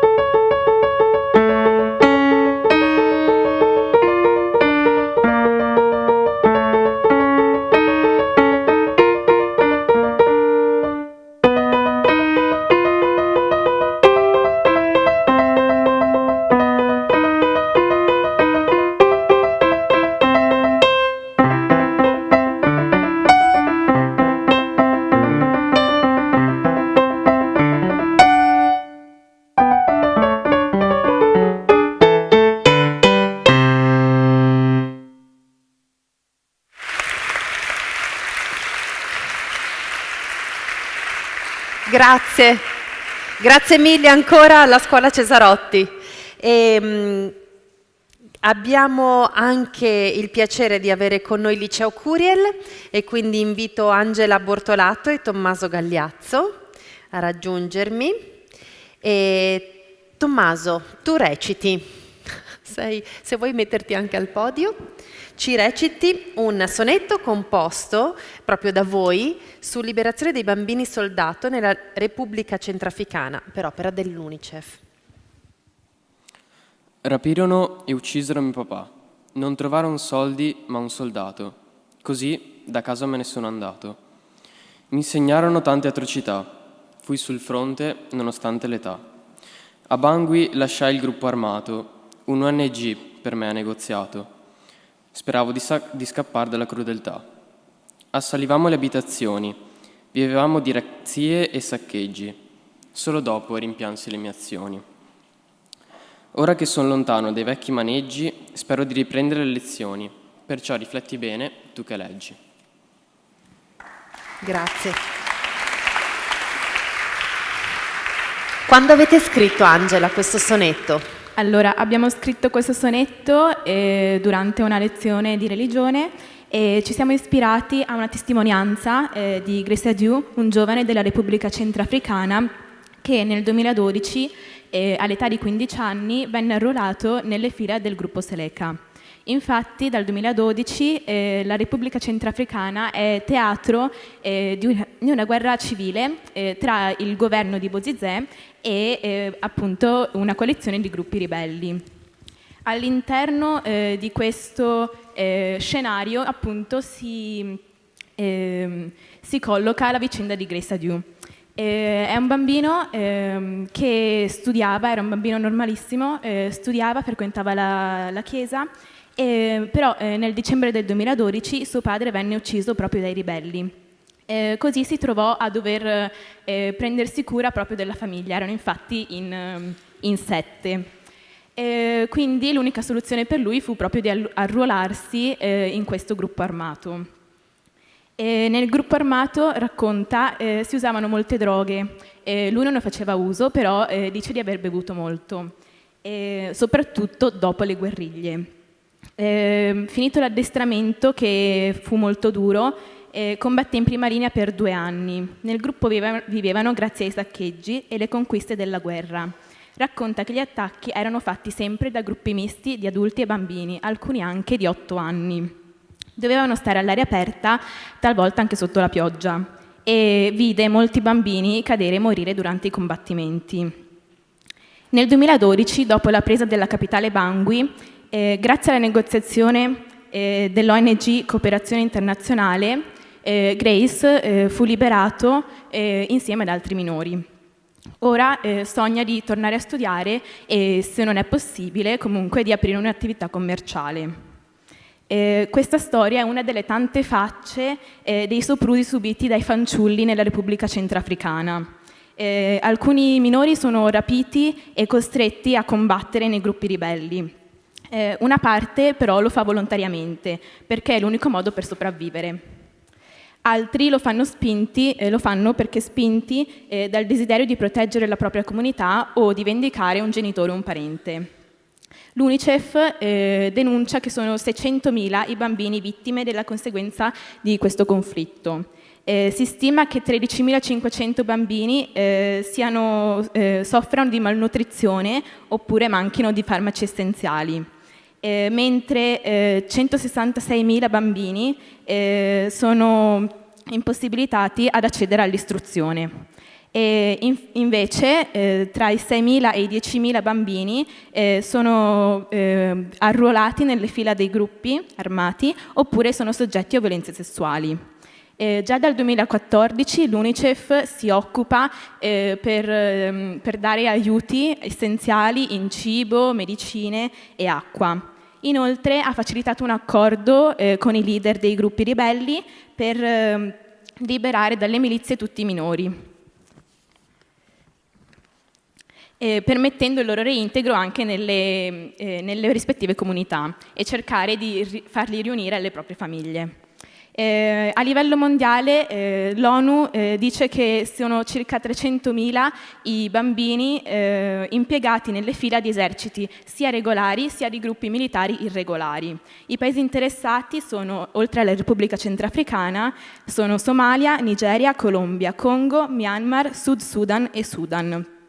Secondo noi è necessaria un'azione più risoluta da parte della comunità internazionale per combattere appunto questo fenomeno, perché citando Desmond Tutu, il premio Nobel nel 1984, è immorale che gli adulti vogliano far combattere i bambini al loro posto. Non ci sono scuse né motivi accettabili per armare i bambini.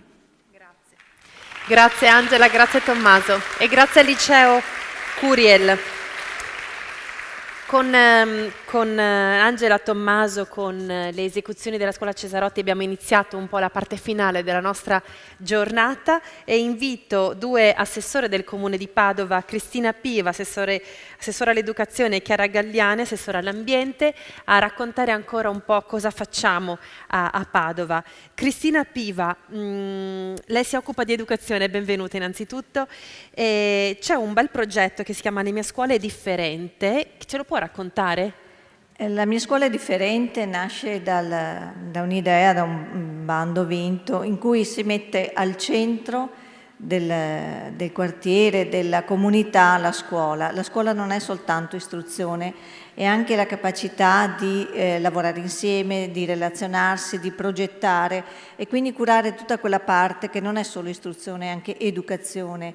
Lavorare insieme e rendere coeso un gruppo, ma questo progetto è anche capace di coinvolgere i genitori, coinvolgere la comunità che circonda la scuola e quindi per questo ha delle attività pomeridiane e non solo, anche estive, che proprio coinvolgono l'intera parte interessata. Perché la cosa importante per il Comune di Padova è anche cercare di non far sentire periferiche alcune scuole, Certo. alcune scuole centrali, cioè l'inclusione anche in questo senso. Mettere al centro la scuola vuol dire proprio mantenere la centralità del proprio quartiere, della propria comunità.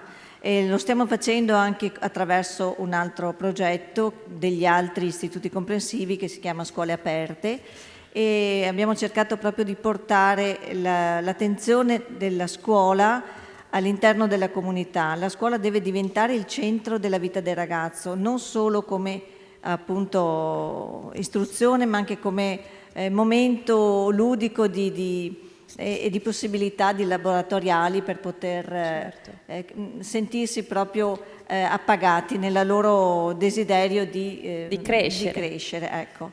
E il Comune d'altra parte sostiene e incoraggia anche l'educazione da 0 a 6 anni, con i suoi nidi e le sue scuole dell'infanzia e soprattutto con un percorso dedicato ai ragazzi, ai bambini, di laboratori e di stimoli adatti. E quindi, come giustamente è, il Comune è insieme alle scuole per i Prima bambini. si comincia il percorso Grazie. e meglio è per la loro crescita. Certo, grazie Assessora. E Assessora Chiara Gallani, i ragazzi, le ragazze sono i protagonisti della protesta per il clima. Non ci siamo mossi noi adulti, ma si sono mossi loro in modo molto forte. E Padova, cosa fa lei per ascoltarli, in qualche modo recepire le loro richieste? Per fortuna si sono mossi. Io mi ero preparata un discorsetto, quindi lo riformulo e sono contenta di questo invito e contenta di essere qui vicino a Cristina, perché poi molte di queste azioni del Comune passano anche per le scuole. Oggi si è molto parlato di ambiente questa mattina, si parla, ce lo ricordiamo, di diritti, dei diritti delle ragazze e dei ragazzi, dei bambini e delle bambine come persone. Come persone come gli adulti, che però hanno anche qualcosa in più, hanno le loro individualità, la loro collettività, e oggi questa collettività si mostra appunto, lo mostrate voi, con una voce corale che ci parla di ambiente e che ci parla di sostenibilità, che ci inchioda un pochino a quello che le generazioni precedenti sia oggi che ieri, hanno fatto alla nostra casa, al nostro pianeta e quindi alla vostra casa e al vostro pianeta. E si parla di diritto, del vostro diritto di vivere in un ambiente sano, questo è fondamentale. Questo diritto però si accompagna, deve andare assieme al diritto all'ascolto da parte nostra, da parte degli adulti e anche del comune di quello che ci state richiedendo, perché lo state richiedendo con una voce sia individuale, dicevo, ma anche collettiva, che ci porta in piazza, e noi come comune, come amministrazione, anche come sensibilità di tutti noi dentro la Giunta ci siamo. Sono spesso scesa con i ragazzi il venerdì, che poi vengono proprio davanti a Palazzo Moroni, anzi tra Palazzo Moroni e il Bo, e ci siamo stati nei grandi momenti collettivi, quelli in cui si arrivava a 15.000 persone. Voi eravate 15.000, ne avete portati 15.000 a Padova ed è stato bellissimo, e ai prossimi che ci saranno. Come accompagniamo e accompagno anche in tutte quelle piccole, enormi scelte individuali che pongono gli adulti davanti alle loro abitudini malsane, e i bambini e le bambine invece li inchiodano. Sì. Ed è vero, e quindi ci sono e ci siamo con la faccia e con le gambe ai bambini che cominciano a fare i piedibus. Ci sono partiti moltissimi nuovi piedibus quest'anno. Andare a scuola. Esattamente, questo lo dico come assessore all'ambiente, perché portiamo avanti proprio questi progetti di percorsi sicuri casa-scuola che rivoluzionano la vita delle famiglie, perché è una sostenibilità a 360 gradi e crea anche comunità. Ed è anche partito quest'anno il primo bicibus della città di Padova, per esempio, quindi gli stimoli portano a crescere. E ci siamo e ci sono a foraggiare e incrementare tutti gli orti nelle scuole dei bambini. È una cosa bellissima, perché si guarda assieme qual è la filiera, no? della nostra vita, di quello che mangiamo dal seme in poi, e ci siamo e ci sono insieme a piantare alberi. Siamo nella settimana della Festa Nazionale degli Alberi domani, e domani sarò nelle scuole con i bambini, in 2 scuole a piantare alberi. Moltissime altre cose stiamo facendo assieme. Quindi tante cose concrete. Tante cose concrete. Quello che dobbiamo fare, continuare a fare, della cosa più dura, e su questo stateci sotto, è ascoltare, perché dovete stimolarci anche creativamente a fare sempre di più, perché su questo dobbiamo rimanere in qualche modo, no? Voi dovete connessi, continuare ad avere la vostra voce su di noi. Grazie alle 2 assessore del Comune di Padova.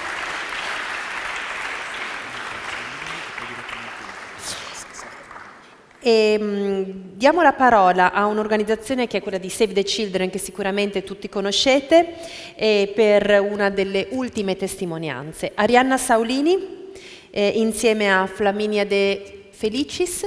Ciao, ben arrivate.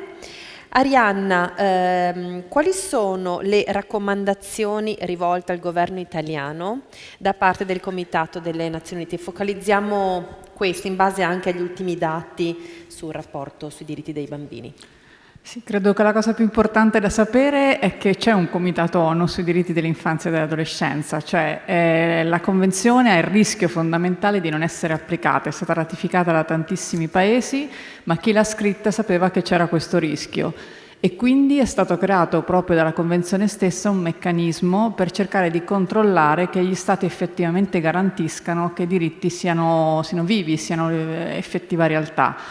Quindi c'è un comitato di esperti che periodicamente incontra i vari paesi, tra cui anche l'Italia, e l'incontro con l'Italia, l'ultimo, c'è stato a febbraio, in cui il nostro governo ha incontrato gli esperti del comitato ONU per andare a vedere qual era lo stato di attuazione della convenzione. Ci sono state delle raccomandazioni al nostro Paese, oggi si è parlato tanto dei diritti dell'infanzia anche fuori, ma bisogna dire che anche in Italia ci sono tante cose che devono essere migliorate, e come società civile noi da quasi 20 anni coordiniamo un network di 100 associazioni che fa la parte sua, cioè cerca di fare pressioni sul governo a tutti i livelli, centrale e locale, per garantire che i diritti dell'infanzia vadano effettivamente nella direzione giusta. Qual è un problema forte che tu vedi sull'Italia?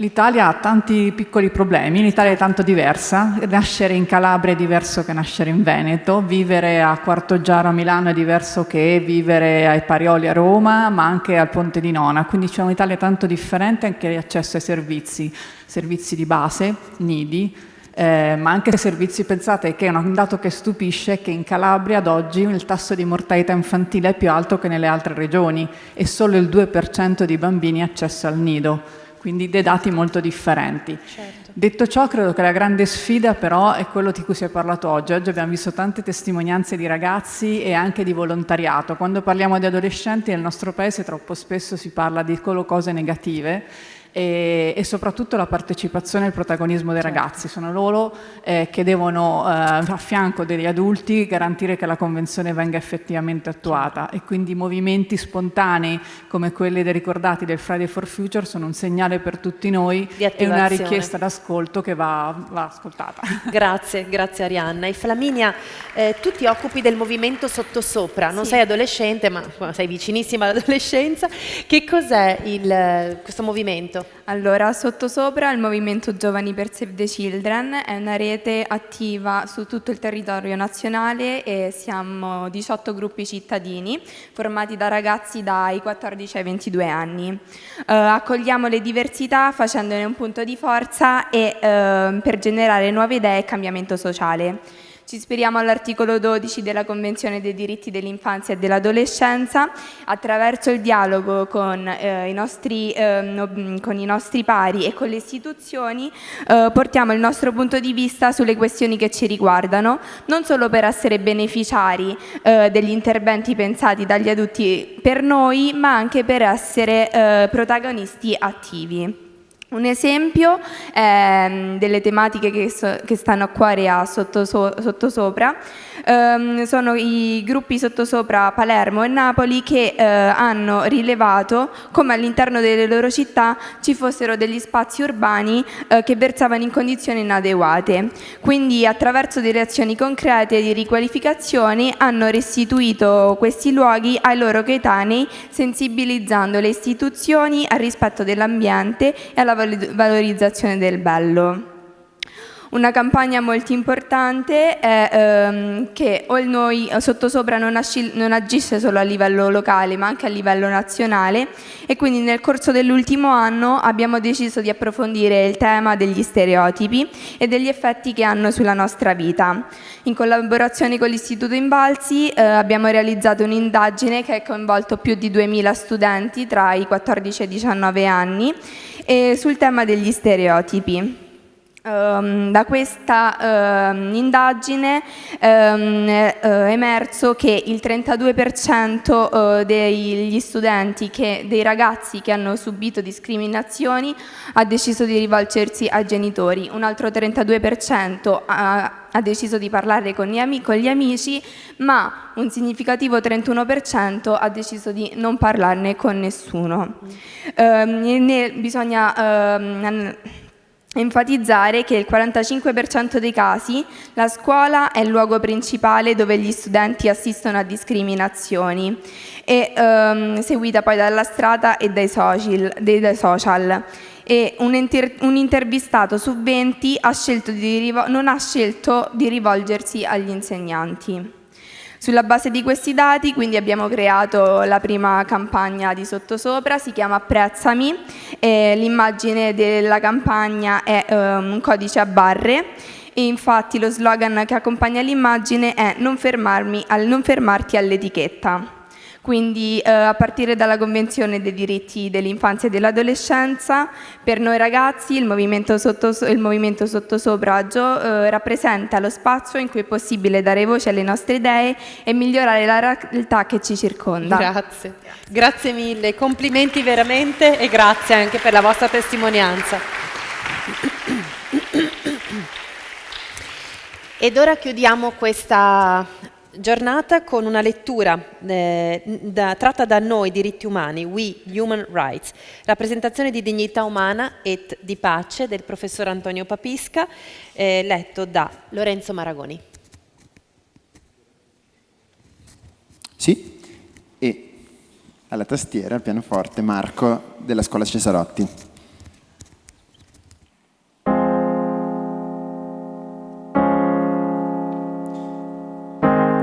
Madre, io sono la Convenzione sui diritti dell'infanzia e dell'adolescenza, la Magna Carta delle responsabilità degli adulti. Le mie sorelle non hanno potuto essere qui tutte impegnate come sono in ogni angolo di mondo, ma a nome di tutte loro voglio dirti grazie per averci generate. Sappiamo che diversamente da noi tu sei nata come una semplice raccomandazione, per dirla col freddo linguaggio giuridico formale, ma con la tua voce parla la coscienza profonda dell'umanità. Io sono nata nel 1989 e l'anno dopo ero già entrata in vigore. Sono tra i più ratificati trattati internazionali. Mi manca l'adesione degli Stati Uniti d'America per via della pena di morte che taluni di quegli stati prevedono anche per i minori di età. E questo mi fa molto soffrire.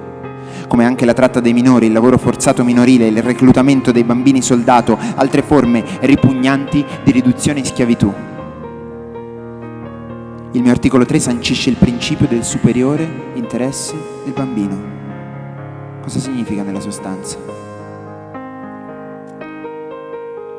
Che chi è nascituro deve poter nascere, che ogni bambino e ogni bambina devono essere circondati dall'amore della famiglia, in condizioni di pace, sviluppo umano, sicurezza umana, ambiente sano, devono avere un asilo nido gratuito, ricevere un'educazione di qualità che li motivi a interiorizzare valori universali per il bene comune. Devono poter giocare, essere tenuti al riparo dall'invadenza di internet e dalle lusinghe della pubblicità. Non essere preda delle moderne e tentacolari forme di schiavitù. Devono essere incoraggiati a scoprire e rispondere alla propria vocazione. Devono poter vedere il futuro e inoltrarsi liberamente in esso. E che ogni bambino e ogni bambina devono essere ascoltati. Nel nome dei bambini, di ciò che essi significano per noi. Vita, futuro, pace, responsabilità, fiducia, bellezza, innocenza, solidarietà. Nel nome dei bambini, come nel nome della legge. Come reagiremmo se nelle aule giudiziarie e nel Parlamento ci fosse un cartello con la dicitura nel nome dei bambini? Ci scandalizzeremmo. Chi oserebbe dichiarare la guerra nel nome dei bambini? Chi oserebbe varare leggi razziali nel nome dei bambini? Chi oserebbe respingere i profughi nel nome dei bambini? Con le parole di Khalil Gibran, dal profeta: i vostri bambini non sono vostri, sono figli e figlie del desiderio di vivere. Essi arrivano attraverso voi, ma non da voi. E sebbene stiano con voi, ugualmente non vi appartengono. Potete trasmettergli il vostro amore, ma non anche il vostro pensiero, perché hanno pensieri loro. Potete dar loro una casa per il corpo, ma non per l'anima, perché la loro anima abita la casa del futuro, che voi non potete visitare, neppure in sogno.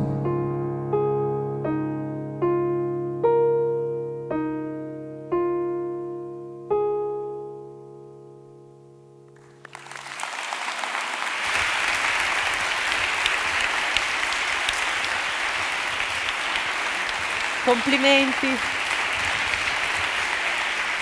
Come ti chiami, Pietro? Pietro, bravissimo, ha eseguito Ludovico Einaudi, grazie Pietro. E siamo arrivati alla fine, ci sarà un'ultima canzone che è un omaggio alla vita della Scuola Cesarotti. Io devo assolutamente fare i ringraziamenti, innanzitutto agli organizzatori, quindi al Comune di Padova, all'Assessorato alla Pace, ai Diritti Umani e alla Cooperazione Internazionale. In seconda battuta all'Università e in particolare al Centro di Ateneo per i Diritti Umani Antonio Papisca, di cui abbiamo appena sentito le parole. E infine ovviamente al Comitato Regionale Veneto per l'Unicef, che hanno voluto e desiderato questa giornata. Ma poi ovviamente ringrazio tutti voi e tutte voi che avete partecipato e che secondo me vi meritate un altro applauso per quello che fate tutti i giorni.